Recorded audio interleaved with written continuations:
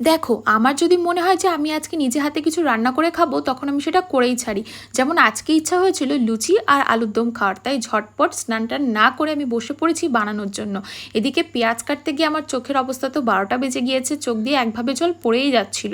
তারপরে পেঁয়াজটাকে ভালোভাবে পেস্ট করে নিয়েছি, আর এদিকে আদা রসুন লঙ্কা সমস্তটা আবার পেস্ট করে নিয়েছি। তারপরে এখানে টমেটো পেস্ট করতে গিয়ে আমার দেখো সারা রান্নাঘর, আমার জামা সমস্ত জায়গায় ছিটিয়ে গিয়েছিল। তারপরে আর কি করা যাবে, এখানে আলুগুলো কেটে রেখেছিলাম সেগুলোই ভেজে নিচ্ছিলাম, আর প্রচুর পরিমাণে তেল ছিটাচ্ছিল। ওর মধ্যে একটু লবণ আর হলুদ দিয়ে ভালোভাবে ভেজে নিয়েছি। তারপরে যেসব মশলাগুলো পেস্ট করে রেখেছিলাম সেগুলো ভালোভাবে কষিয়ে নিয়েছি। আর এদিকে কষানো হয়ে গেলে যে ভেজে রেখেছিলাম আলুগুলো সেগুলোই দিয়ে দিলাম।